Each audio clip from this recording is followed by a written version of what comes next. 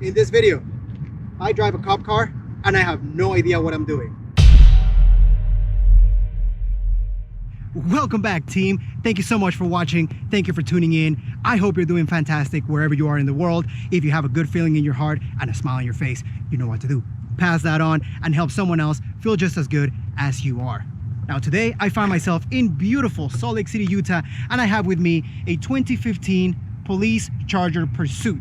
Yes, this is the one with the 5.7 liter V8 Hemi, or Hemi V8, potatoes. The point is, it produces 370 horsepower and 390 foot-pounds of torque. Also, it's running on winter tires. But let's check out what this cop car is all about.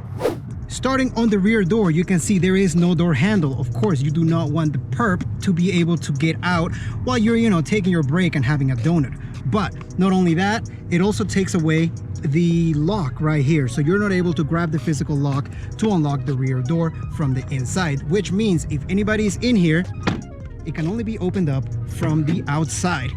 Great feature. Also, it features the police tint, or the limo tint as they call it. I believe this is 5%, so no one can really see anything inside.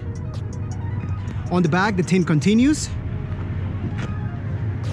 It is the all-wheel drive version, made exclusively for the police department. And even though it makes the car heavier, it gives it better stability at high speeds.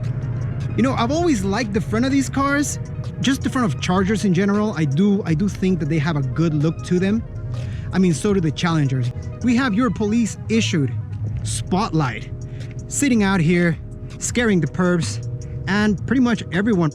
Now, one of the first things you will notice is that there is nothing in the center console here. However, there is a connection here that powers the automatic locking of a gun rack in the trunk. Of course, there is no gun rack in the trunk anymore, but the connectors are still there. So pretty austere here in the middle. As you can see, nothing but a blank slate. You have a very, very small entertainment system. The only other thing that you can see in this car is this light, which is your regular light, or if you flip it like this, now it's a cool red light. And I'm pretty sure that means pursuit mode.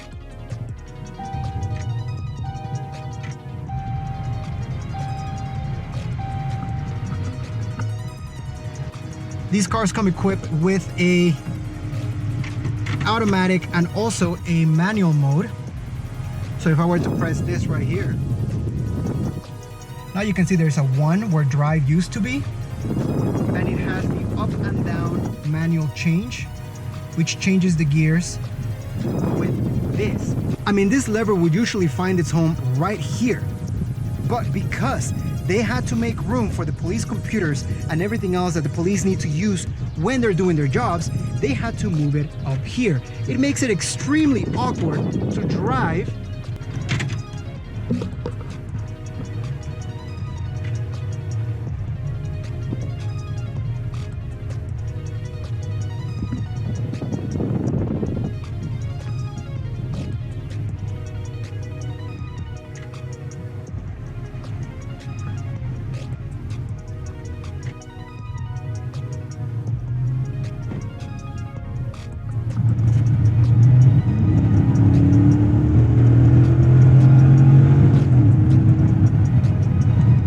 One of the coolest features by far of this car is that people get out of your way.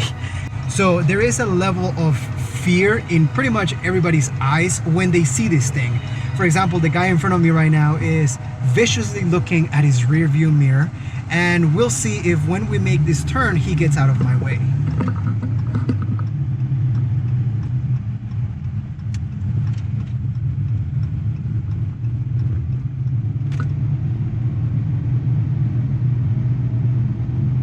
Of course. It's great. It's great. The all-wheel drive system definitely makes this handle a lot better than a regular Charger. I mean, it's hugging the corners in a different way.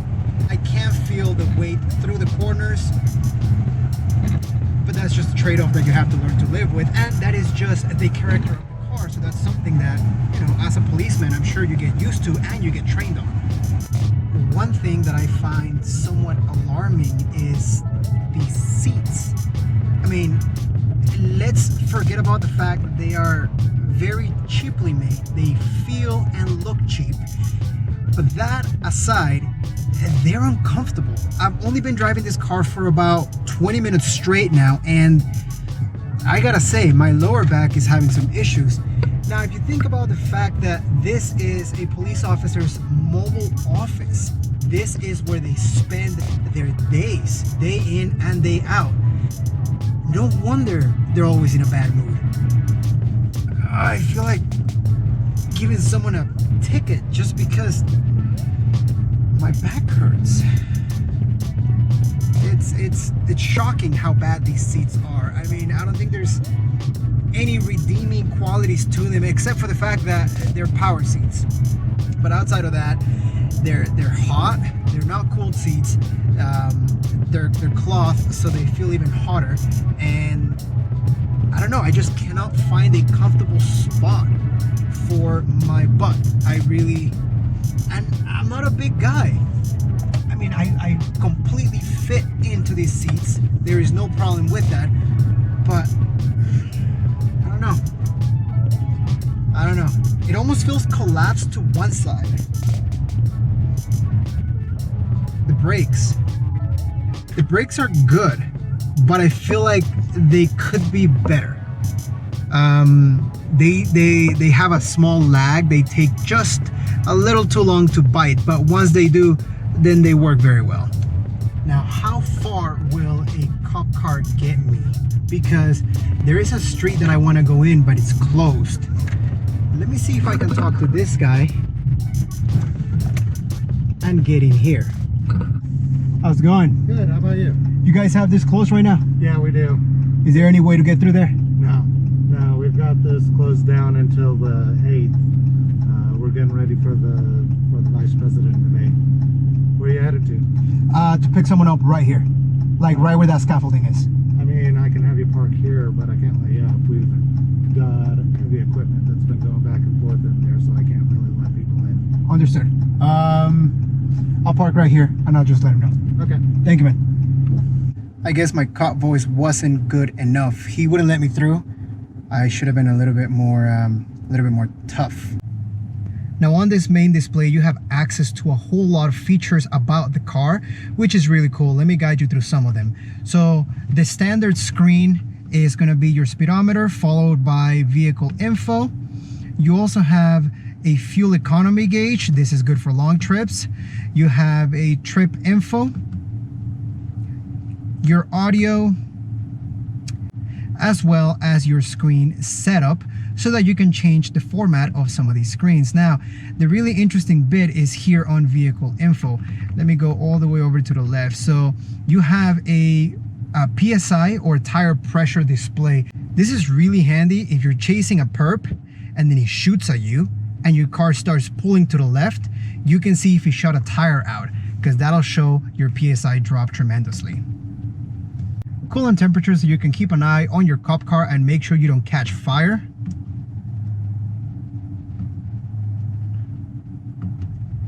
See, shift to drive for temperature info. We do this. Now we have the transmission temperature,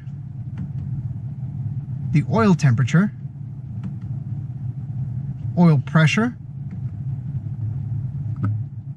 your oil life, all-wheel drive system.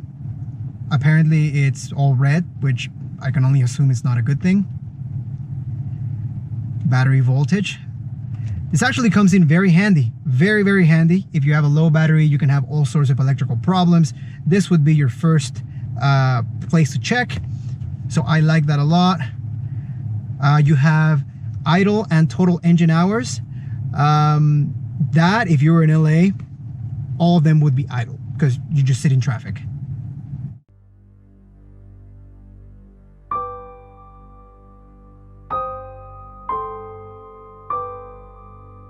All right, so I almost just got pulled off to jail. This guy right here, you see him leaving? He He almost just hauled me off to jail. So, okay, let me give you the quick rundown of what just happened because I got super scared. He actually had me move. Let me roll up the windows here. I started sweating like a preacher and whoo! So I'm driving this car and my sister asked me if I could come pick her up from school. She studies at the U. So this police officer right now, he's like, hey, I just wanted to ask you, why are you sitting here? You know, because you're sitting in a police car and you're kind of illegally parked. And I know we're not hiring any private contractors for the U of U debate. And I go, what do you mean the U of U debate? Well, apparently the guy wouldn't let me through earlier because they're setting up for an event. And that event is the vice presidential debate here at the University of Utah. I have no idea when that's going on, but he goes, we're actually having Secret Service check the entire area. And the fact that you're here is very suspicious. Also, the fact that you have a GoPro in your car is very suspicious. And I just have to check. Do you please mind rolling down the windows? I'm like, sure. He's like, do you have any weapons in the car? I'm like, no, I don't have anything. He goes, well, you know, you have a police car. I have to check. Can I see your license? Who does the car belong to? Your sister? What's her name? Like, he just asked me everything because I look very, very suspicious with the camera in the car, with the cop car sitting right outside of where the vice presidential debate is going to happen. So he goes, why do you have a camera in the car again? I'm recording for my YouTube channel. What's your YouTube channel name? I go, it's AR Perez or AR Perez, depending on how you want to pronounce that. And he goes, AR, like AR-15? Like, no, man, like my first and middle initial, which you have my ID with you. I really do hope he doesn't ask me to like leave the area or whatever, because he's still pulling around. He's right there. He's securing the area. He says it's his job to secure the area and to make sure that there's no suspicious activity right now. They're on high alert with everything going on. Yeah, they think I'm casing out the place with a camera in a cop car and that I have weapons in here. So now I am officially a prime suspect if anything happens to the vice presidential nominee.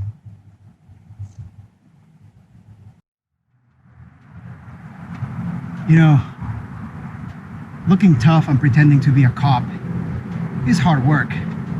And well, seeing as how I'm pretty much probably at the top of the FBI's most wanted list,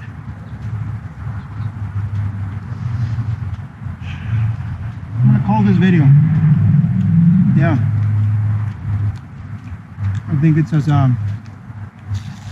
good as time as any. And I'm gonna leave the real hard work to the boys in blue. Thank you so much for watching. Until next time, be good to each other. And I may, if I'm not in jail or in Guantanamo Bay, see you on the next video.